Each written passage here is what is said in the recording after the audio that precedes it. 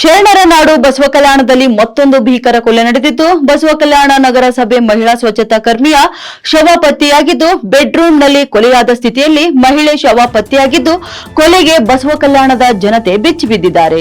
ಇನ್ನು ತಾಲೂಕಿನ ನೀರುಗುಡಿ ಗ್ರಾಮದ ಭೀಕರ ಕೊಲೆ ಪ್ರಕರಣ ಮಾಸುವ ಮುನ್ನವೇ ಇದೀಗ ಬಸವಕಲ್ಯಾಣ ನಗರಸಭೆಯಲ್ಲಿ ಸ್ವಚ್ಛತಾ ಕರ್ಮಿಯಾಗಿ ಕೆಲಸ ಮಾಡುತ್ತಿರುವ ಮಹಿಳೆಯ ಕೊಲೆಯಾಗಿದೆ.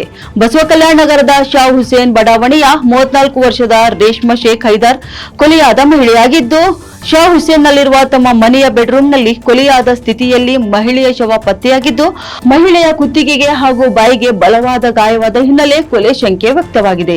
ಇನ್ನು ಮನೆಯಲ್ಲಿ ತನ್ನ ತಾಯಿಯೊಂದಿಗೆ ವಾಸಿಸುತ್ತಿದ್ದ ಮಹಿಳೆ ರೇಷ್ಮಾಗೆ ಅಪರಿಚಿತ ವ್ಯಕ್ತಿ ಮನೆಗೆ ನುಗ್ಗಿ ಕೊಲೆ ಮಾಡಿ ಪರಾರಿಯಾಗಿರಬಹುದು ಎಂದು ಶಂಕೆ ಕೂಡ ವ್ಯಕ್ತವಾಗಿದೆ. ಇನ್ನು ಘಟನಾ ಸ್ಥಳಕ್ಕೆ SP Pradeep Gunti, DySP Nyamagouda, CPI Alisa ಭೇಟಿ ನೀಡಿ ಪರಿಶೀಲನೆ ಕೂಡ ನಡೆಸುತ್ತಿದ್ದಾರೆ.